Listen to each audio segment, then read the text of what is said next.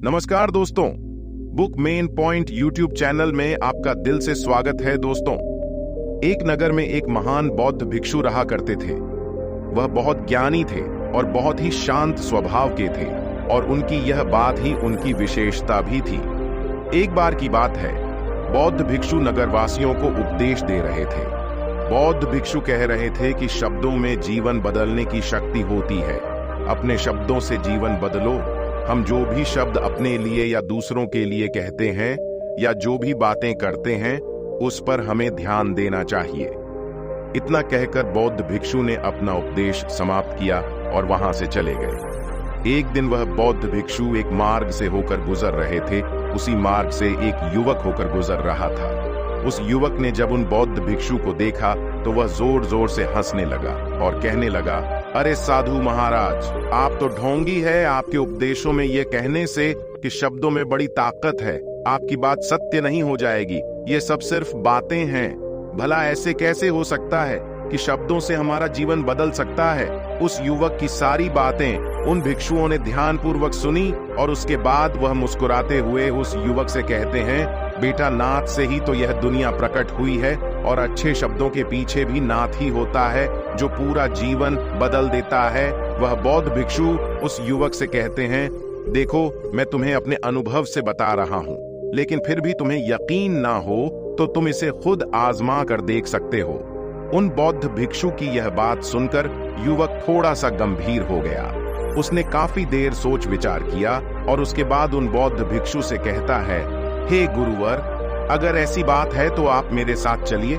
मेरा छोटा भाई है जिसकी उम्र करीब 25 वर्ष है और उसे ना जाने क्या हुआ है।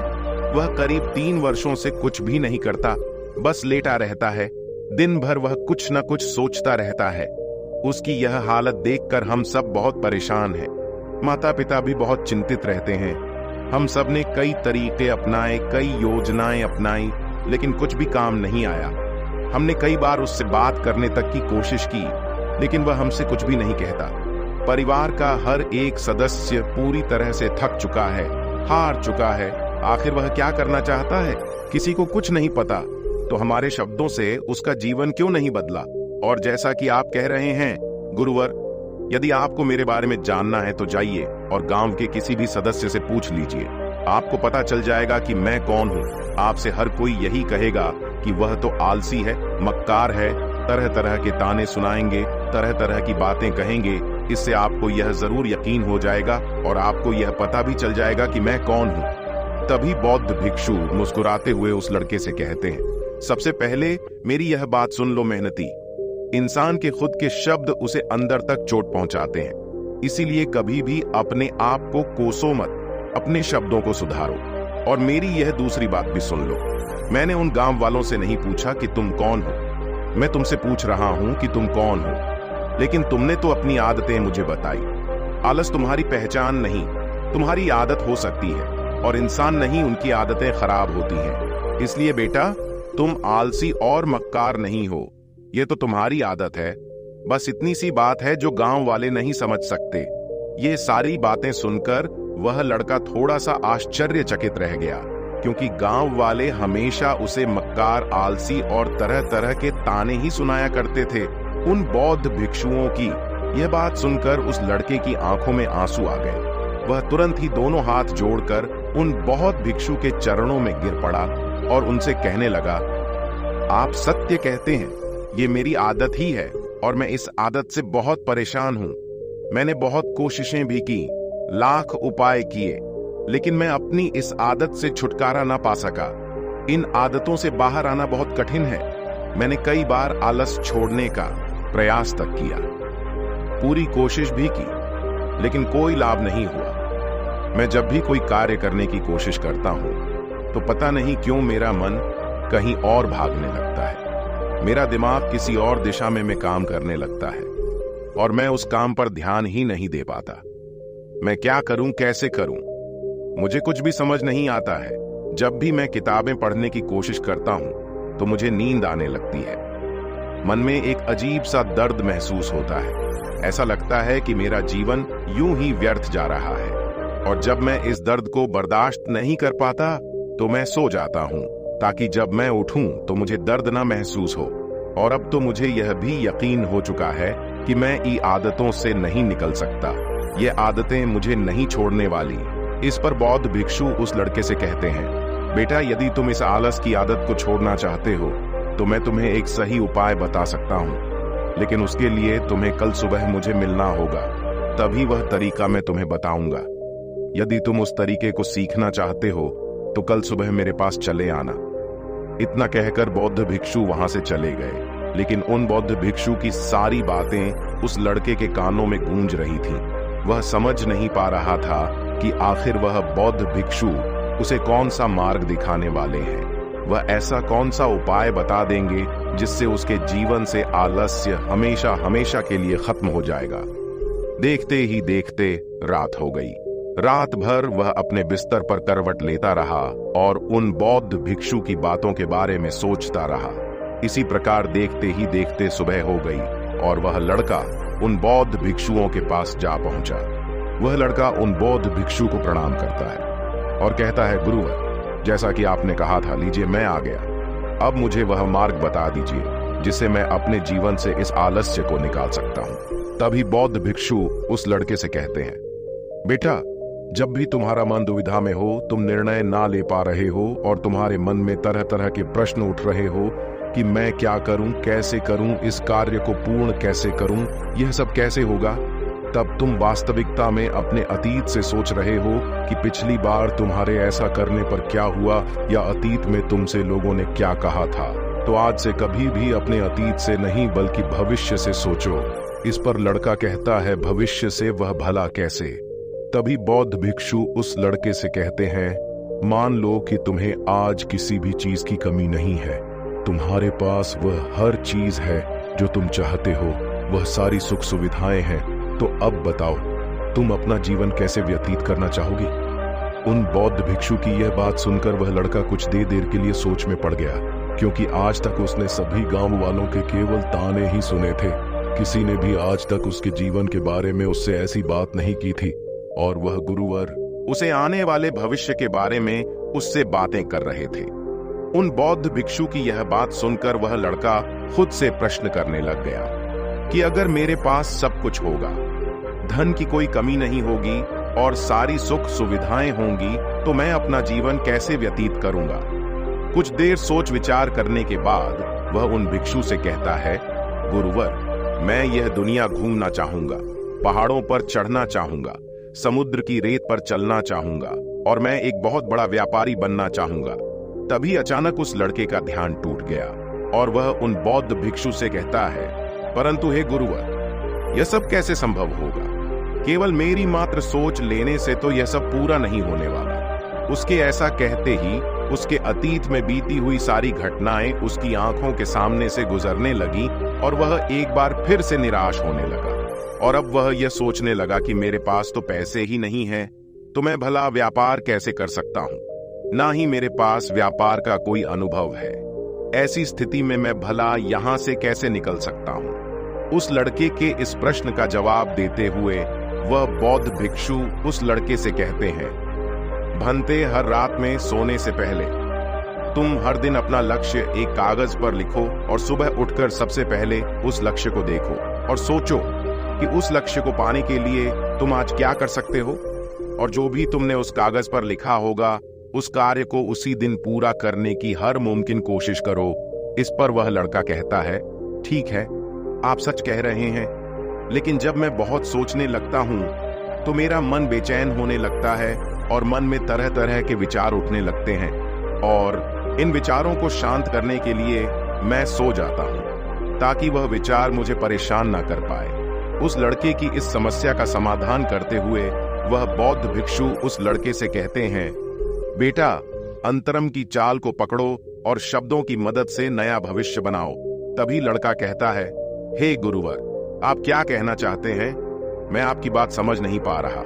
इस पर बौद्ध भिक्षु मुस्कुराते हुए कहते हैं, बेटा कैसे होगा, ये जो सवाल है ये सवाल नहीं बल्कि एक डर है जो तुम्हारे अंतमन में बैठा हुआ है, जो तुम्हें अगला कदम लेने से रोक रहा है, तुम्हें कदम आगे बढ़ाने से रोक रहा है। यदि तुम वास्तविकता देखो तो किसी को भी नहीं पता होता कि वह कार्य कैसे होगा, लेकिन एक इंसान जब दृढ़ निश्चय कर लेता है तो वह अपने उद्देश्य को सामने रखकर लगातार प्रयास करता रहता है और वह अपनी सफलता प्राप्त कर ही लेता है। तभी वह लड़का उन बौद्ध भिक्षु से कहता है कि हे गुरुवर, अगर ऐसी बात है तो मन में बार बार चिंता क्यों होती है, मन बार बार बेचैन क्यों हो उठता है। इस पर बौद्ध भिक्षु कहते हैं, बेटा क्योंकि तुम्हें डर है कि तुम कमजोर हो, तुम्हारे अंतर्मन में बैठा है कि तुम में कुछ कमी है, तुम किसी काम के नहीं हो, और यही कारण है कि तुम कोशिश करने से डरते हो, क्योंकि तुम्हारा आत्मन हमेशा तुम्हें रोकता रहता है। जब भी तो कोई कार्य शुरू करना चाहते हो, तुम्हारा मन तुमसे पहले कह देता है इससे आगे मत बढ़ना, अन्यथा तुम हार जाओगे, और इसी कारण तुम्हें चिंता होने लगती है, तुम्हारा मन बेचैन होने लगता है। तभी वह लड़का कहता है, गुरुदेव, आपने जो कुछ भी कहा वह बिल्कुल सत्य है, लेकिन अब आप ही मुझे बताइए कि मैं इस परेशानी से बाहर कैसे निकलूं। इसका जवाब देते हुए वह बौद्ध भिक्षु उस लड़के से कहते हैं, बेटा इस समस्या का समाधान बहुत ही आसान और सरल है। तुमने देखा होगा कि अक्सर ही हम अपने आप को दोष देते रहते हैं, अपने आप को तरह तरह के अपशब्द कहते रहते हैं जो हमारे अंतर्मन में जाकर बैठ जाते हैं और वही हमें आगे बढ़ने से रोकते हैं, और इन शब्दों का हम पर बहुत गहरा प्रभाव भी पड़ता है, क्योंकि जैसा हम खुद से कहते हैं, जैसा हम पूरी भावनाओं के साथ सोच सकते हैं, हम वैसा ही बनते चले जाते हैं। इसलिए यदि तुम खुद को बदलना चाहते हो तो कि तुम भी काबिल बन सको, तो तुम्हें अपने अंतर्मन को नए संदेश देने की जरूरत है, जैसे कि मेरे शरीर का हर एक कण, हर एक हिस्सा, हर एक विचार शांति और ऊर्जा से भरा हुआ है। मैं दृढ़ संकल्प और आत्मविश्वास के साथ हर दिन के लक्ष्यों को पूरा करता हूँ। मैं अपने कमजोरी को अभ्यास में बदलता हूँ, चिंता को ध्यान में बदलता हूँ। मैं उत्साह और ऊर्जा से भरा हूँ, लगातार अपने लक्ष्यों पर काम करता हूँ। ऐसे शब्द जब तुम खुद से कहोगे तो तुम शक्तिशाली महसूस करने लगोगे और तुम्हारी सारी चिंताएं खत्म होने लगेंगी, क्योंकि यही शब्दों की ताकत है। वह तुम वही बना देंगे जो तुम खुद से कहोगे। तुम जितनी भावना के साथ यह वाक्य बोलते हो, उसे महसूस करते हो, उतनी ही भावनाओं से यह शब्द तुम पर असर करना शुरू कर देंगे। धीरे धीरे यह शब्द तुम्हारे मन और व्यक्तित्व की सोच का हिस्सा बन जाएंगे। लेकिन मेरी एक बात याद रखना कि तुम्हारा अंतर्मन इतनी आसानी से हार नहीं मानने वाला। जब तुम आगे बढ़ो तो मौका मिलते ही वह तुम्हें पीछे खींचेगा, तुम्हारे अतीत के बीते हुए सारे कड़वे अनुभव तुम्हें याद दिलाएगा, ताकि तुम डर जाओ और एक बार फिर से अपने लक्ष्य का पीछा करना छोड़ दो। लेकिन तुम्हें इसकी चिंता नहीं करनी है उन सकारात्मक शब्दों के कारण बढ़ना, अन्यथा तुम हार जाओगे, और इसी कारण तुम्हें चिंता होने लगती है, तुम्हारा मन बेचैन होने लगता है। तभी वह लड़का कहता है, गुरुदेव, आपने जो कुछ भी कहा वह बिल्कुल सत्य है, लेकिन अब आप ही मुझे बताइए कि मैं इस परेशानी से बाहर कैसे निकलूं। इसका जवाब देते हुए वह बौद्ध भिक्षु उस लड़के से कहते हैं, बेटा इस समस्या का समाधान बहुत ही आसान और सरल है।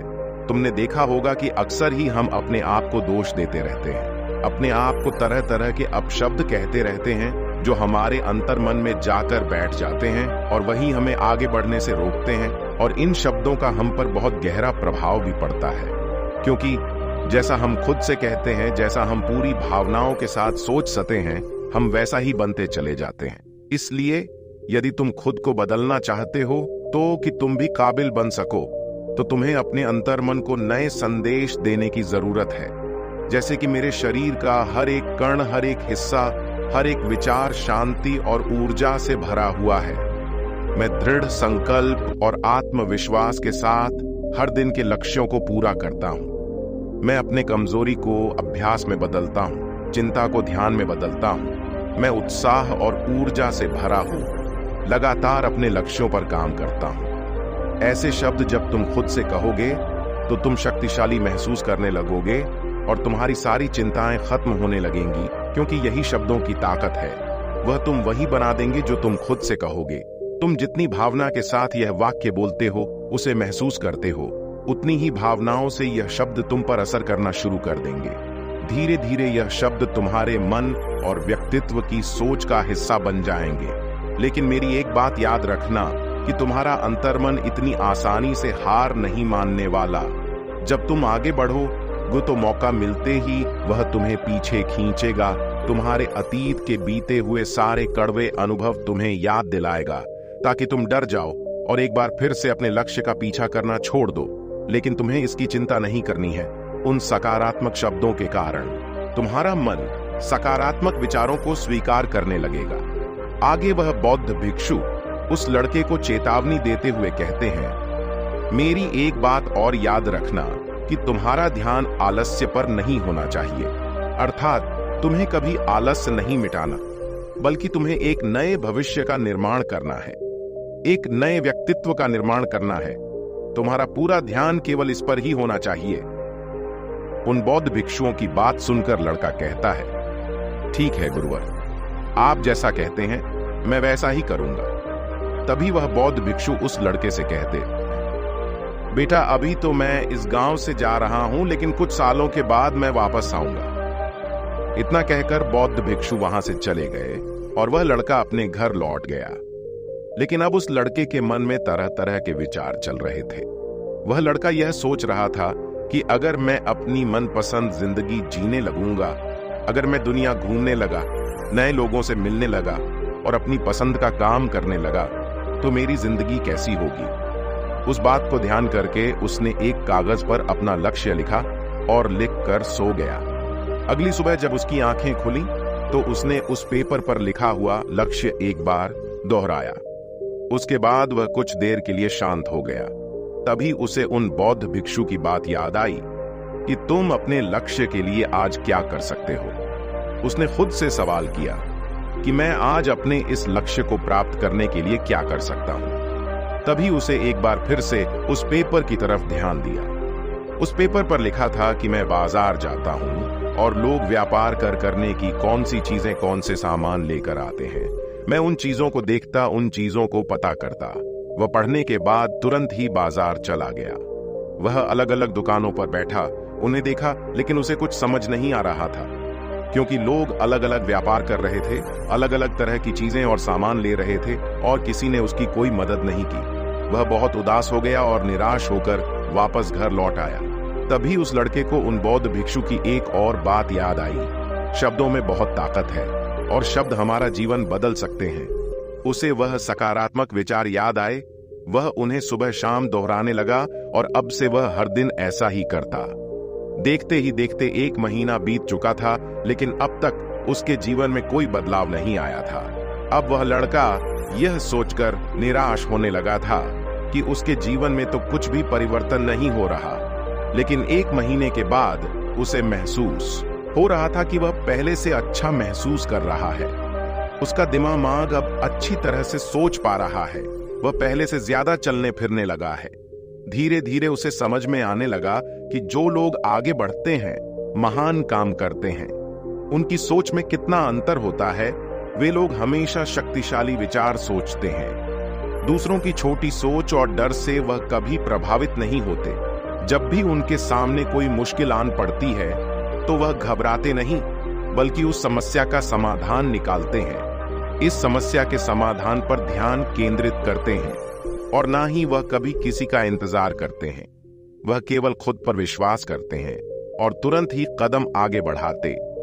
जब उस लड़के को यह सारी बातें समझ में आने लगी तो उसने भी धीरे धीरे अपने कदम आगे बढ़ाने शुरू किए। उसने बिल्कुल वैसा ही व्यवहार करना शुरू किया। अब से वह कभी खाली नहीं बैठता था। जब भी उसका मन करता, वह बाजार जाता और लोगों के बारे में जानता समझता कि वह किस प्रकार व्यापार कर रहे, कौन सी चीजें खरीद रहे हैं और किन चीजों पर उन्हें लाभ हो रहा है। और जब उसका मन करता तो अपने पिता की मदद भी करता था। वह अपने पिता के साथ मंडी में जाता, वहां पर जाकर मोल भाव करता। हमेशा कुछ न कुछ सीखने में ही जुटा रहता है। तभी एक दिन गांव में एक मसाले का व्यापारी आया। उसे कुछ पढ़े लिखे नौजवानों की जरूरत थी जो माल की गिनती कर सके और हिसाब रखने का काम कर सके। वह लड़का अपने लक्ष्य को जानता था कि उसे क्या पाना है। उसे समझ में आ गया था कि इस काम से उसे बहुत कुछ सीखने को मिलेगा। बेहिचक उस सेठ के पास पहुंच गया। वह जानता था कि उसे उस काम के बहुत कम पैसे मिलेंगे, लेकिन फिर भी वह उस काम को करने के लिए तैयार था। अब उस लड़के की सोच पूरी तरह से बदल चुकी थी। अब वह बाकी लोगों की तरह नहीं सोचता था, बहुत ईमानदार और समझदारी से काम करता था। देखते ही देखते करीब 3 महीने बीत गए और अब व्यापारी यह समझ चुका था कि नौजवान बहुत ही समझदार है और वह उसे व्यापार में बहुत मदद करता है। इसलिए उस मसाले के व्यापारी ने उस लड़के को अपना सहायक बना लिया। उस व्यापारी ने देखा कि इस लड़के की दिनचर्या सबसे अलग है। यह हर दिन पढ़ता है, लिखता है, सुबह उठकर ध्यान करता है, नई चीजें सीखता है, परेशानी आई तो भी विचलित नहीं होता। यह सबसे सम्मान से बात करता है, सबका आदर करता है। देखते ही देखते 1 साल बीत चुके थे और अब तो व्यापारी उस नौजवान से बहुत खुश था। उसने धीरे धीरे उस नौजवान को व्यापार के सारे गुण सिखा दिए और देखते ही देखते वह लड़का अब एक छोटा सा व्यापारी बन चुका था। और जब उस लड़के के अंदर व्यापार की समझ आ गई तो उसने जड़ी बूटियों का व्यापार शुरू कर दिया और देखते ही देखते केवल कुछ ही वर्षों में उस नगर का सबसे बड़ा व्यापारी बन गया। लोग उसे सबसे बड़े व्यापारी के नाम से जानने लगे। उसकी नाम दूर दूर तक फैलने लगा। करीब 5 वर्षों बाद जब वह वापस अपने घर लौटा तो लोग बहुत हैरान थे। उसे देखकर लोग बहुत अचंभित थे। उसके सारे जानने वालों ने उस लड़के से पूछा, तुम इतना कैसे बदल गए? तब उसने कहा, उन गुरु ने सच ही कहा था, शब्दों से हम जीवन बदल सकते हैं। वैसे आपने आज के इस वीडियो से क्या सीखा हो, मुझे आप कमेंट में जरूर बताइएगा। इसी के साथ में उम्मीद है कि आपको आज की यह वीडियो जरूर पसंद आई होगी, तो इस वीडियो को लाइक और अपने दोस्तों के साथ शेयर भी जरूर कीजिएगा और हमें ऐसे ही सपोर्ट करने के लिए book main point YouTube channel को सब्सक्राइब जरूर दबा दीजिएगा। तो चलिए फिर मिलते हैं अगली